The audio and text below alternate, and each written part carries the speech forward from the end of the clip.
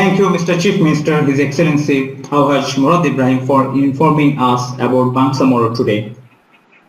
At this situation, when Muslims around the world, when they are suffering a lot only for being Muslim, and we see that actually basically they have nothing to do. This situation actually Moro is an living example for us, and this is also our pleasure, and also we are feeling very lucky to have a living legend like Alhaj Murad Ibrahim in front of us to listen something from him. Thank you, our chief guest again. We have some questions and answers. I will directly ask our guest to go for the questions and answer, and then we will come back to our guest again, inshallah. The first question: how do the two houses of Congress reflect different national priorities? How do the members of Congress represent their constitutions in multiple ways? This is a question, sir. Well, thank you very much, brother, and thank you to the questioner. Actually, in Philippines, we have we have two Congress. We have the lower house and the upper house. We have the House of Representatives, and then we have the House of Senate. So, representation in the House of Representatives is elected by district. The entire Philippines is divided into more than 200 districts. Each one of these districts will elect a representative to the lower house. In the Senate, it is not. It is elected. There are 24 senators, and they are elected nationally, and no particular arrangement of how they are representing, but they will run for the position of senator, and once they become they won, then they become senator. So laws are being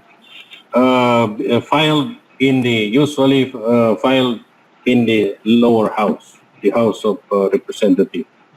Then it is discussed in the House of Representatives. Then after that, then it will be discussed also in the House of Senate. And after the two resolve, if there is there is disagreement, then they will have a joint session in order to solve out the difference of the two versions. If they cannot agree, then it will be they will have to continue deliberating on the law. And then once they agree, then it will be passed to the president for signature. And if the president sign it, it becomes a law. If the president veto the law, then it will be deliberated back to both the houses, and then they will again discuss the law. So that is how a law is passes in the Philippines. Now, under the parliamentary system of the Bangsamoro, we only have one parliament. There is no lower and upper. It's only one parliament. So the bill or the law is usually filed by the government of the day. the government of the day is the cabinet and headed by the chief minister. So we craft the law, and after crafting the law, we file it into bill in the parliament, and once it is approved,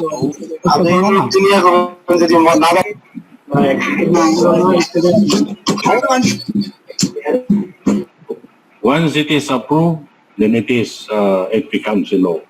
Once it is not approved by parliament, then it will be sent back to the government of the day for further discussion. So that is how the law is being processed in the Bangsamoro Autonomous Region.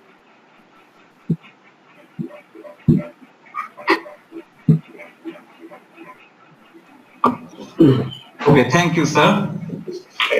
Thank you. Now I will go for the another question. Assalamu alaikum. I am Mahmoud Hisham from Bangladesh. As Bangsamoro is a newly formed country, do you have established your own army, or do you have political and economic relations with another Islamic countries? Thank you. Okay. Thank you very much, brothers from Bangladesh. Actually, we do not have army, but under the agreement, we are authorized to organize a Bangsamoro police. So the other question is regarding the economic relationship with other countries. We are allowed to engage economic activity with other countries, foreign countries, directly, but with coordination with the national government. But we can directly engage with with any country opting to engage business with us, investment with us, or whatever financial relationship with other countries. Okay, sir. Thank you. I have another question. What to do for a successful revolution as a Muslim youth at present time? Kutubuddin. Okay, thank you very much. Thank you, Brother Kutub. Actually, in our experience, what made us successful and strong in our organization is our programs. The 4-point programs I have elaborated just now help us very much in strengthening our organization. So we experience that what is most important is the Islamization program, because unless you have very high faith, you cannot survive the challenges in this struggle. So success depends on how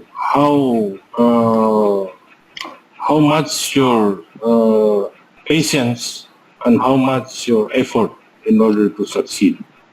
So what we can advise to our brother Muslims all over the world, especially those still on their jihad or struggle, is strengthen first the faith by way of Islamization, and then secondly, after strengthening the faith, you have to strengthen the organization.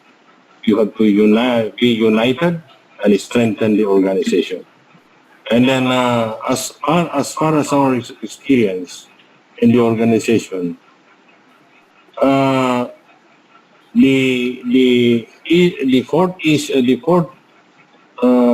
pillars of the program, which is self-reliance, is also very important. We need not to, although we will ask help from other people, from other countries, from other Muslim Ummah, but then you do not rely only to what other countries, what Muslim brothers or in other countries will give you. You have to exert your efforts in order to build up your strength, in order to have your own sources of income and sources of materials. So this is our experience, and I see that that is the reason why we have succeeded with the help of Allah, of course. Thank you. Sorry, sir. Hello. Yes. Hello. Yes. Another question. I am Masood from Bangladesh. My question is about the people of Bangsamoro. How do they feel about their country? Are they happy only because they are Muslims from a nationalist point of view, or are they happy from an ideological point of view? Do they practice Islam in their life as a whole? Are they practicing? Are there any corruption among them? Can you please inform us details? Thank you. Well, as far as the Bangsamoro people, which is about 10 million all over the country. Actually, the status of the Bangsamoro Muslims is scattered in different parts of the country, but the concentration is on this region, the Bangsamoro Autonomous Region, which is 5 provinces and 3 cities. The Bangsamoro Muslim Ummah, since the introduction of Islam during in the 19th century, already practiced Islam, the religion. But after the effort of the Philippine government in trying to induce the wrong practice, and after the enemy tried to find a way in order to weaken the faith of the Bangsamoro, then there are people who already who are Muslims who do not fully practice his obligation in Islam. I think for now, but during the struggle, we managed to increase the number of people practicing Muslim. For now, we see that we can fairly say that about 60 to 70% are practicing Muslim. About 20 to 30% are not really practicing, but they also refuse not to be called as Muslim. Thank you, sir. Next, last 2 questions we have. Brother, Salam, on present educational status, economic condition, banking system, and military power of Bangsamoro. Thank you. Regarding the educational situation, status of the Bangsamoro, fairly we can say that about 70% are literate, can read and write, and have reached at least elementary education, basic education. But then, as far as professional is concerned, we see that only about maximum of 30% have achieved uh, professional education. So are professionals. So this is the educational status of the. So in our government now, the present Bangsamoro government, we declared education as one of our priorities. We declared four priorities. One is education. The second is health and medical services. And then the third is social services. And the fourth is strategic infrastructure. So we see that we still need education, but now we are sending more and more of our students.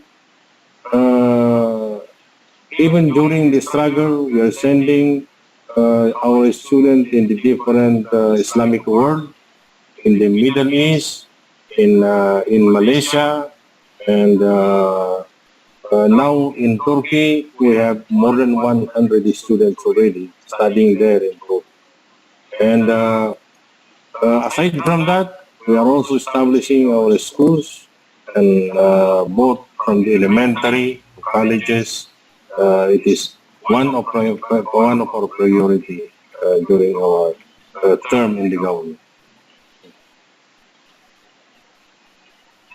On the status of economic condition, we see that so far now, poverty is still very high in many of the areas. Although our area, our region is one of the richest region. There are several types of minerals found in our region. But sad to say that it was neglected by the past governments. It was not developed, and it does not yield any advantage to our people. So that is why we need an autonomous government that would decide by itself on what would be done in order to serve our people. And that is one of the aspirations of the Bangsamoro people. We see that after gaining self-governance, we can now start exploring our natural resources. We have very rich natural resources, and we have very fertile lands, and also our oceans are very rich in fish. So all these resources, if properly exploited, will be for the benefit of the people, and we are hoping that this will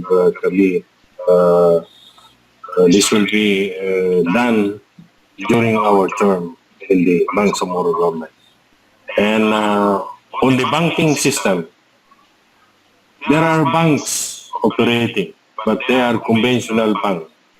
What we are planning now is to establish our own Islamic bank, because we see that now in many parts of the world, in the Muslim countries, Islamic banking is very popular. So while we still promote the Islamic banking, the conventional banking, but we're also planning to establish an Islamic bank here in the autonomous region. So we are still not very far as banking system is concerned. Thank you. Thank you, sir. We have the last question. As we know that you had a good relation with the Milli Gurush leader, Professor Dr. Najmuddin Erbakan, could you please share with us any memory with him? And what was his contribution to the struggle on Bangsamoro?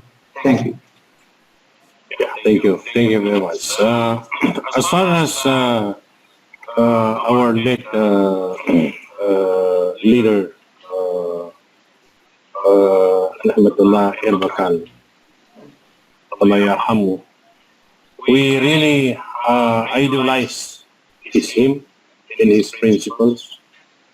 We have, even in the early stage of our struggle, we have been meeting him, and he has been inspiring us, the leadership of the MILF, Ustaz Sheikh Salamat Hasim, Allah yarhamu, have a very good relation with him, and even during the early days of our struggle. And for me, I have visited Turkey and stayed at his home for almost a month in 1984, attending his lectures and conversation with other people during that time.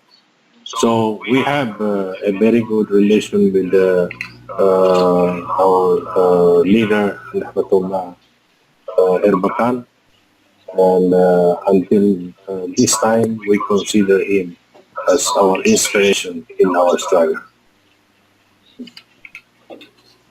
Thank you. Actually, we have many other questions. Brothers and sisters are still asking, but due to the time shortage, unfortunately, we are not able to send it to you because it's Bangsamoro time almost evening 8.